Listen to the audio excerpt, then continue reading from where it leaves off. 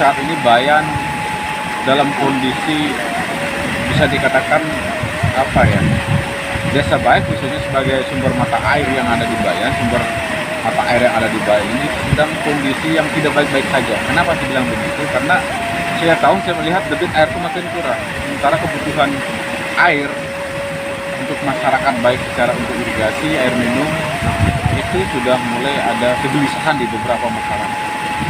Nah, mungkin kedepannya saya harapkan ada kebijakan dari pemerintah desa dan masyarakat desa mungkin gimana sih menanggulangi bencana kekeringan ini. Kita siaga dulu, karena khawatir nanti kita terlena karena merasa kita Bayan ini sebagai sumber mata air di wilayah Kecamatan Bayan, tapi kitanya tidak mampu mengelola dengan baik. Gimana sih konservasi hutan, gimana sih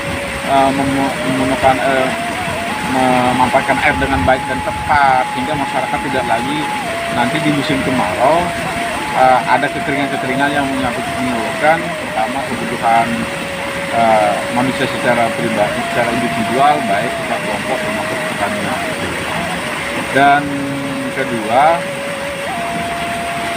saya melihat di sini ada beberapa faktor yang menyebabkan air ini debitnya makin mengurang di setiap tahun. Mungkin di musim penghujan ini mungkin kita semuanya hijau karena musim ini, tapi serapan air terhadap hutan ini sudah mulai berkurang. Ada beberapa hutan adat yang memang masih butuh, namun tidak mampu untuk memenuhi kebutuhan ke depan. Nah, apa yang harus kita lakukan hari ini?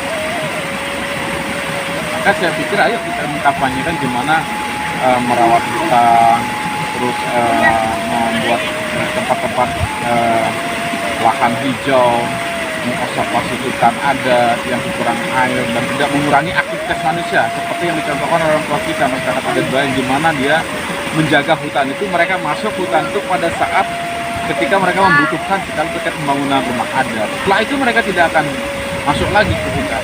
Nah, dengan adanya satu sisi para wisata budaya atau alam ini, justru dengan itu tanpa kita sadari akan mengikis ekosistem hutan itu sendiri. Jadi itu yang saya khawatirkan, contohnya di hutan Mandala. Ini perlu juga jadi pemahaman. Satu sisi iya mengangkat ekonomi di bidang pariwisata sehingga ada tempat lapangan pekerjaan, sehingga pedagang kaki lima, pedagang-pedagang ini bisa memanfaatkan di situ, terus pergerakan ekonomi semakin baik. Tapi satu sisi harus kita perhatikan juga, gimana sih? Bukan hanya sekedar dengan musim hujan penghijauan lalu ditanam lalu dibiarkan saja.